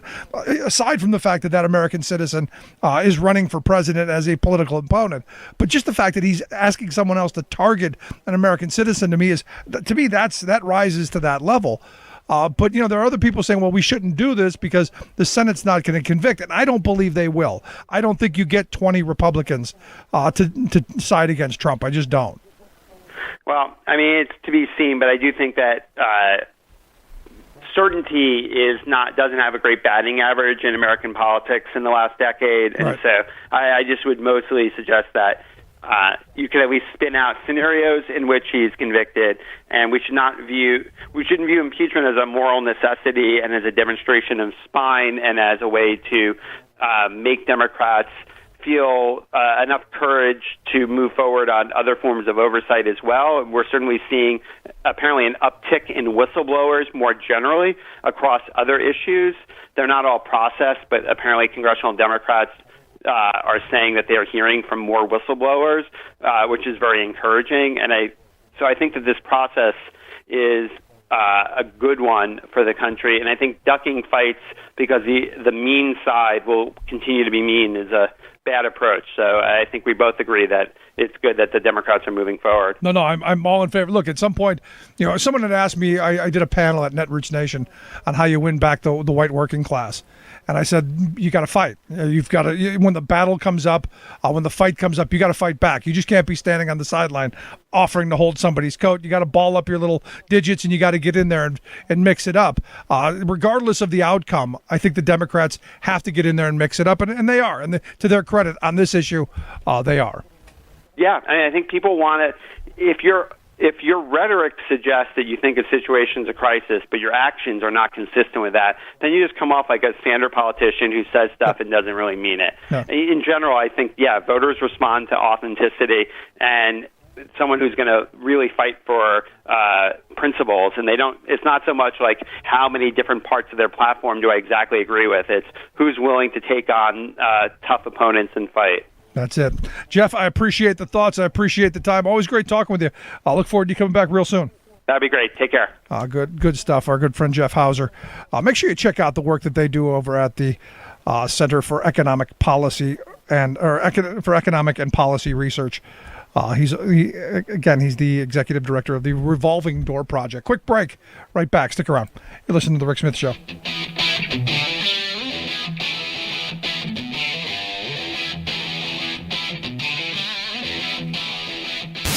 Saving work in America, one show at a time. The Rick Smith Show.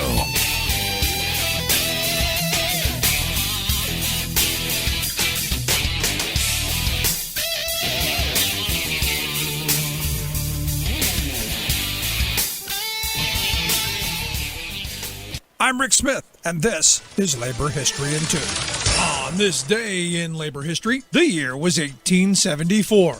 That was the day that Mary Heaton Vorse was born in New York City. Mary grew up in Amherst, Massachusetts, in a family with significant financial means. She traveled across Europe with her parents, where she received her education and learned to speak multiple languages fluently. She then worked as a book reviewer for the Criterion magazine. In 1912, Mary and the man who would be her husband witnessed what would be known as the Bread and Roses textile strike in Lawrence, Massachusetts. The experience was a great turning point in her life. She later wrote, "Both Joe O'Brien and I had come a long road to get to Lawrence. Together, we experienced the realization of the human cost of our industrial life. Something transforming happened to both of us. We knew now where we belonged, on the side of the workers and not with the comfortable people among whom we were born. Some synthesis had taken place between my life and that of the workers. Some peculiar change that would never again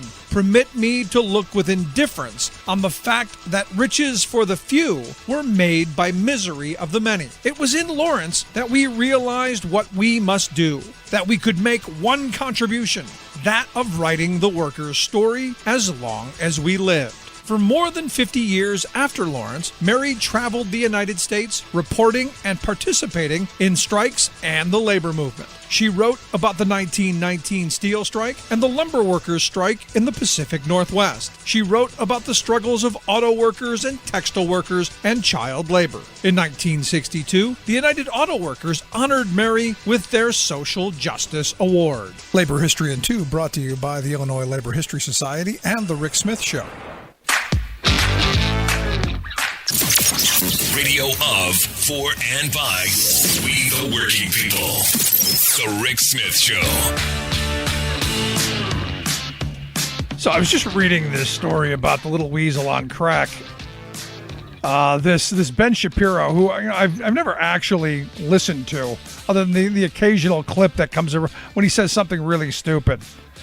And this is one of those moments where Twitter better figure it out, because basically he's coming out saying that if Beto O'Rourke's statement during the LGBTQ town hall last night were to come to fruition, he was going to pick up a gun. And I don't quite know what that means. I don't even know if he can pick it up. Doesn't look like he can. But hey, look, maybe a small one. One of the ladies' guns, and that's not fair. But I'm not quite getting what the whole pick up a gun thing is, other than to say I'm gonna die for my country. Okay. Now what Beto O'Rourke said, I don't necessarily agree with, but I come from the position that I don't think religious institutions should get tax exempt status at all. If you want to say, okay, the idea that you pay for the structure of your church or whatever, maybe you can have a conversation around that. But I look at just how the whole system's just been gamed, and you look at these huge televangelists who are bringing in millions of dollars and all tax exempt. Hey, because we're a church. I'm of the mindset, you know what? You want to have a church? Fine. That's a private interest. We shouldn't be supporting that with taxpayer dollars. It is a business like anything else. It is what it is. In the past, we used to make the argument that churches were for the betterment of for society. I'm not seeing that. I'm seeing divisiveness in religion and hatred in religion, and begging for intolerance. Look, the gay issue is not my issue, but the reality is in this country, every person has the right to pursue their happiness. Life, liberty, pursuit of happiness. Equal protection under the law. It's very simple to me. As my grandfather always said, you have the right to do whatever you want until your right infringes on mine. And, I look at what these churches have been pushing for the last, couple of decades, and it's division. It's this kind of, bizarre hatred. And I've always said they shouldn't get a tax exempt status at all. So when O'Rourke said, if they don't identify, allow people to be who they are, we would, pull their thing. I don't believe that. I believe you pull it from all of them. None of them should be getting tax exempt status. And, and it's just one of those things that it just seems simple to me. Now, I thought Elizabeth Warren had the best response because it's my response. It's been my response for, as long as I've been doing this show.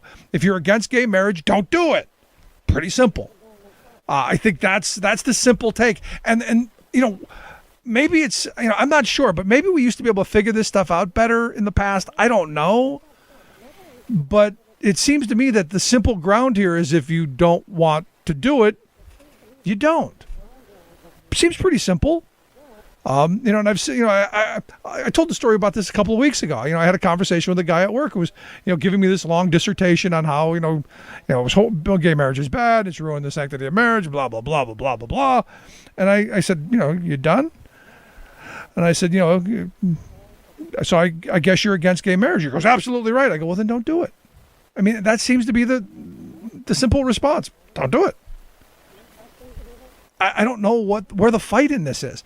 So to have Shapiro say that he's gonna pick up a gun or leave the country was his other thing, and my response to that was good. Bye. Have a safe trip. Go to Uganda, where the prayer people are in favor of killing gays. Maybe that's a good place for the little crack addicted weasel. But I just look at this and you go, it's just ridiculous. And, using religion to justify intolerance and hatred just to me is kind of silly. Because it's not, and maybe it's just what I learned growing up in Catholic school. I learned some bit of tolerance. The Catholic Church used to believe in peace and social justice. Now they've just turned into the abortion church. And again, it's another one of those issues. If you're against abortion, don't do it. And if you're really against it, truthfully, get your head out of the sand with this abstinence-only nonsense, because it's not going to happen, and start talking about actual ways of preventing unwanted pregnancies and having actual pathways for people to ensure that if they bring children into this world, that they can support them. Because that seems to be one of the biggest reasons that you have people having abortions. They can't afford them. And surprisingly, it's a lot of women in their later in the years who already have kids who are like, we're struggling to get by just on what we've got, let alone bringing another child into this world that we can't afford. So how about maybe some policies that are going to make things a little bit better there? Instead of demonizing people who need food assistance or housing assistance, instead of demonizing people who need health care, instead of demonizing people who are working low-wage jobs, maybe we should, again, I know this is a radical idea, one that Ben Shapiro may want to pick up a gun against. Maybe we should have policies that reward work. I don't know, like raising the minimum wage.